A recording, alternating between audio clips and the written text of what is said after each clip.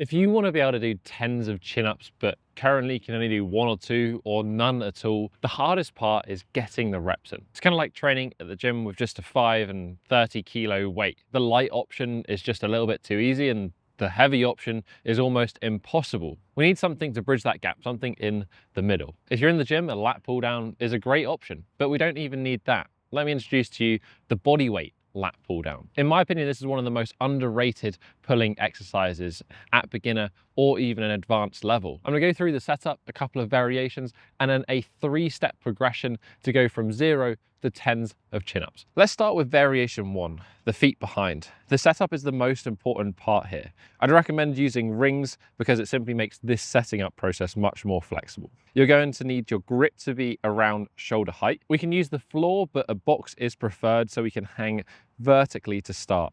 We don't want the box directly below because it'll push you in front, and too far back will put you in a weird arched position. If you're using the floor, then you'll want to have your feet underneath where the hands will be. From here, we perform the chin-up. Shoulders down and back, pull lifting the chest to the hands and driving the elbows back behind you in that top position. You can press down through the feet to help you lift up. Using the tops of the feet here, so it will discourage you pushing too much, which over time we want to reduce as we get stronger. You'll notice that I'm not using a pronated or pull-up grip here, but rather supinated, so chin up, or a neutral grip. And that's simply because this puts your elbow flexors, biceps, etc., in a more advantageous position. The second variation is with the feet in front. This changes the angle of pull slightly. Whereas the feet behind was very vertical, this is probably closer to a 45-degree angle. We want to set the bars or rings a little bit lower to around sternum height so that we're able to hang in an L position with our hips just hovering off the floor. We can then perform our chin up again with the same good form, but now using the heel drive in front to lift up.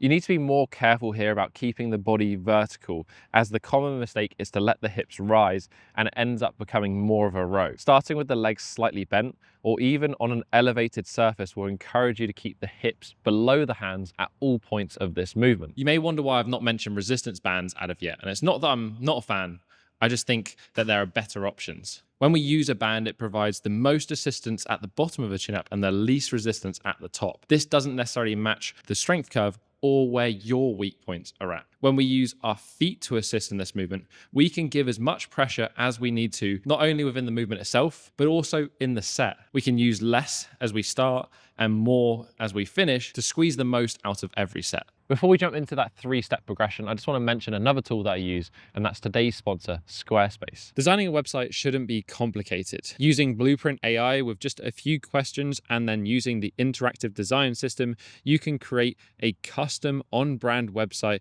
that is ready to go in minutes. Create a shop, start selling your own custom products and merch is how I started my business 7 years ago. With Squarespace payments, you can get started in just a few clicks and get your business up off the ground and running. You can go to squarespace.com and get started with a free trial. And when you're ready to go live, you can use this link and save yourself 10% off your first website or domain. Let's jump into that 3-step process. So let's have 3 people. We've got somebody who is new to training, calisthenics in general. They can't do a chin-up. We've got somebody who has been training, but maybe struggles to do a consistent 1 or 2 chin-ups.